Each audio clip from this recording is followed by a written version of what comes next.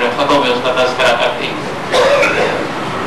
بالآخر جب 1937 میں مولانا مودودی رحمۃ اللہ علیہ نے دہلی میں کچھ دوستوں کی مشاورت طلب کی، مشورہ کیا، تو چودھری نیاز علی مرحوم کو بھی وہاں بلا لیا تھا۔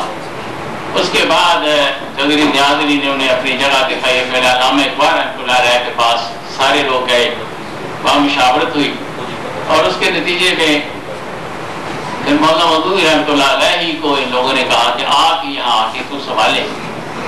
چنانچہ علامہ اقبال کی رحلت سے ایک ماہ پہلے وہ دارالسلام میں تشریف لائے، یہاں انہوں نے کام شروع کر دیا، اور اللہ تعالیٰ کو یہ منظور نہیں تھا کہ علامہ اقبال رحمۃ اللہ علیہ سے بعد میں بھی ان کی ملاقات ہو پاتی۔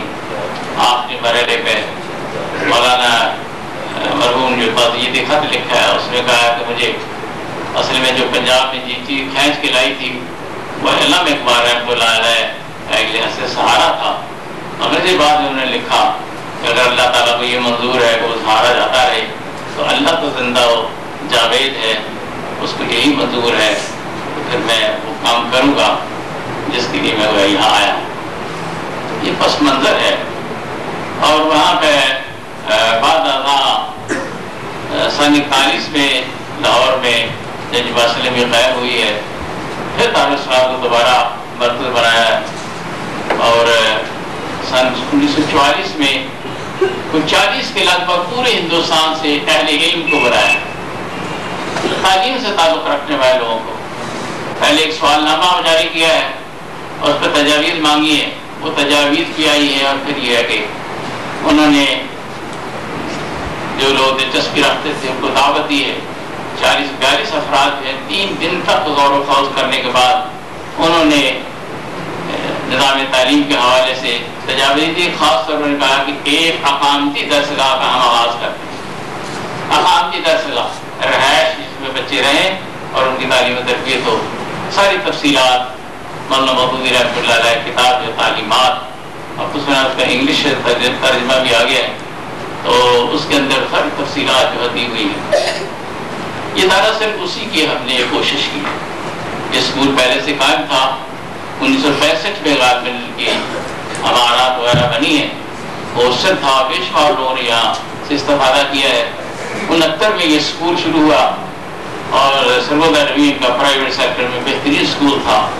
پھر کئی شعب و فراز آتے رہے، یہاں تک کہ 1999 میں نے یہ طے کیا کہ پرانے سسٹم کی بجائے کہ نیا جو ہے، اور اس کو ذہن میں رکھا جائے، مولانا مودودی رحمۃ اللہ علیہ، علامہ اقبال رحمۃ اللہ علیہ جس طرح کی تربیت کرنا چاہتے تھے، اس کو سامنے رکھ کے ہم نے پہلا داخلہ 99 میں 10 طلبہ آغاز میں آئے، اور مڈل تک جاتے 3 تھے، تو ہم نے 3 ہی کو لے کے پھر آگے چلے۔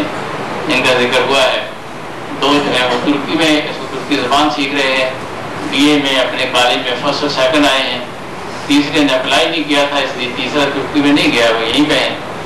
تو اس کے بعد بھی یہ کہ دیگر ہمارے طالب علم جو ہیں وہ پیش رفت کر رہے ہیں تقریر میں، تحریر میں، مختلف بورڈوں کے لحاظ سے بھی الحمدللہ۔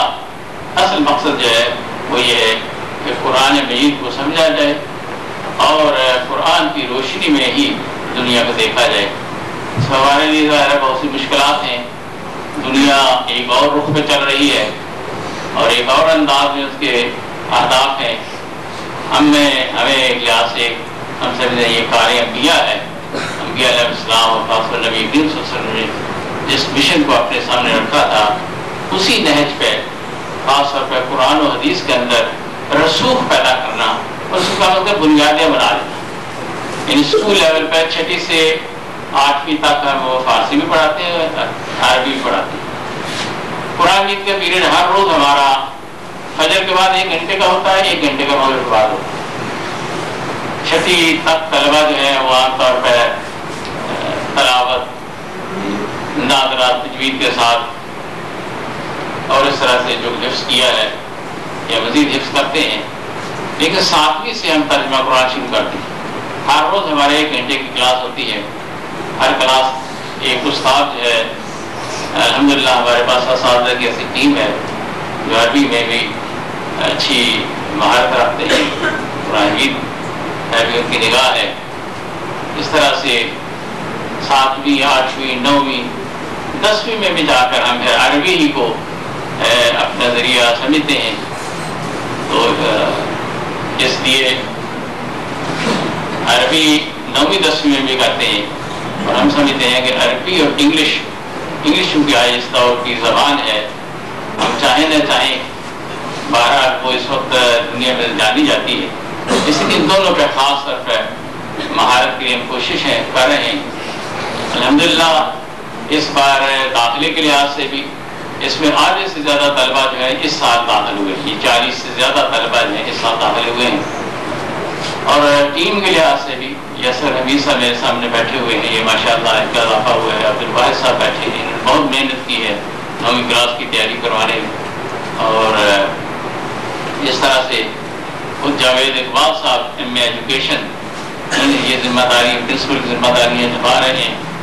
تو ہم شکر ہے اللہ تعالیٰ کا کہ ہم پیش رفت جو ہے وہ کر رہے ہیں. پھر بھی بہت سی مشکلات ہیں. والدین جو ہے وہ اخراجات نہیں دے پاتے، پورے نہیں دے پاتے، اخراجات زیادہ ہوتے ہیں. اس طرح بلڈنگ پرانی ہو گئی ہے اور تنگ بھی بڑھ گئی. اب ہمیں بڑی ہاسٹل کی ضرورت ہے، اس کے لیے تو ہم الگ کوششیں کریں گے. ملک محمد حسین صاحب ہمیں ترغیب دیتے رہتے ہیں، صاحب صدر یہاں کسی موٹی اسلامی کو بلاؤ، اسٹیج میرے حوالے کرو اور پھر دیکھو میں اسے کیسے پیسے نکلواتا ہوں. لیکن ہمارا دل نہیں مانتا ہے، ہم موٹی اسلامی کو اہل علم ہی کو بلاتے ہیں. اور پروفیسر نور جان صاحب نے اس تقریب میں آنا تھا، ان کی بیٹی کا پچھلے ماہ آپریشن ہوا ہے. ان کی توقع تھی کہ ان کی طبیعت سنبھلے گی، لیکن وہ کافی کمزور ہیں، تو انہوں نے اس کی نہیں لا سکے ہیں. حالانکہ وہ ایک دن پہلے آنے کا ارادہ رکھتے تھے. انشاءاللہ آئندہ ان کو موقع پر بلائیں گے. ہم کوشش کرتے ہیں کہ اہل علم کو بلائیں، ان سے باتیں ہیں سنیں، ان سے بچے ہمارے استفادہ کریں. تو ابھی حسین پراچا صاحب کے حوالے سے ان کے والد محترم مولانا گلزار مظہری صاحب اصل میں میرے سب سے پہلے اگر میں مربی کہوں تو وہ تھے قاسم النوم میں بھی بی اے کا طالب علم تھا.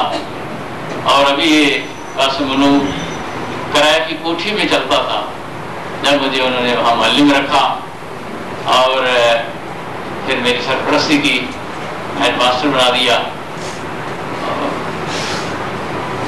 ابھی یہ جہاں قاسم النوم ہے یہ بھی یعنی تھڑا تھا، بالکل خالی جگہ، پورا ایریا خالی پڑا ہوا تھا. اور ہم کو ایک آدھ نماز ہو جائے وہاں جا کے چھپر کے نیچے پڑھ لیتے تھے. اس کے بعد بنا ہے. اور مولانا گلزار مظاہری صاحب جب تشریف لاتے تھے اکثر وہ دوروں پہ رہتے تھے. غضب کے مقرر تھے، بہت ہی زبردست مقرر اور عالم تھے. اور کئی چیزیں جو ہیں ان کی جو ہیں، مجھے ایک بات اس موقع پر یاد آئی.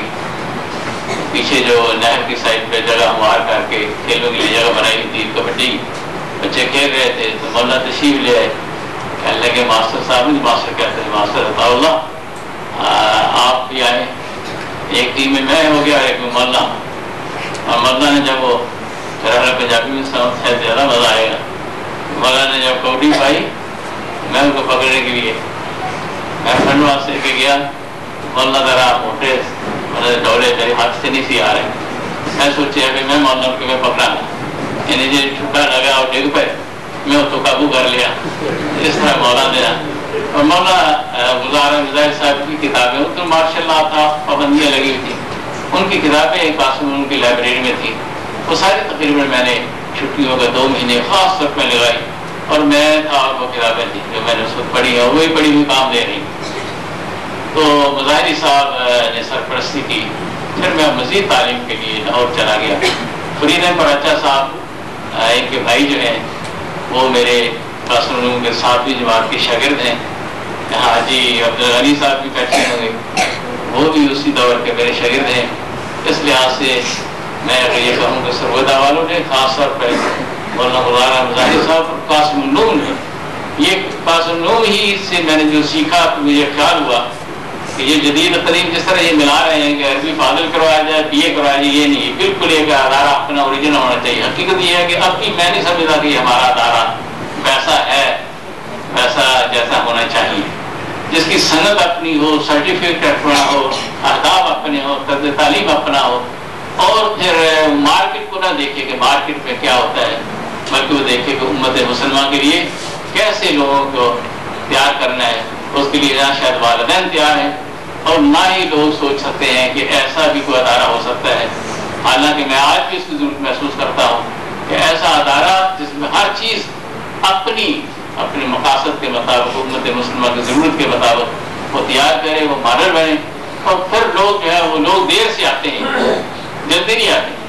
بہت کم لوگ جو ہے اتنی بصیرت رکھتے ہیں کہ کسی چیز کو، ابھی آرٹس اور سائنس کی طرح چکر ہے کہ ہمارے لیے یعنی سوشل سائنسز کا کبھی ہم نام لیتے ہیں، آرٹس کی بجائے کہتے ہیں، حالانکہ یہ ان کو لیڈ کرنا، قیادت کرنا، وہ بیوروکریسی میں ہو، سیاست میں ہو، کہیں قیادت ہی کا تو بحران ہے، اور قائدین تیار کرنا جو ہے یہ زیادہ اہم ہے دوسرے شعبوں کے مقابلے میں۔ لیکن یہ ہے کہ لوگ عام طور پر نہیں سمجھتے ہیں، بھیڑ چال ہے، جہاں باقی دنیا جا رہی ہے وہاں پیسے بھی دیتے ہیں اور اپنے بچوں کو بھی ان کے حوالے کرتے ہیں۔ تو اللہ تبارک تعالیٰ ہمیں حق کو حق سمجھنے اور اس کے مطابق عمل کرنے کی توفیق عطا فرمائے، ہماری ان مسائل کو قبول فرمائے۔ میں پھر آخر میں سب حضرات کا شکریہ ادا کرتا ہوں۔ الحمد للہ رب العالمین۔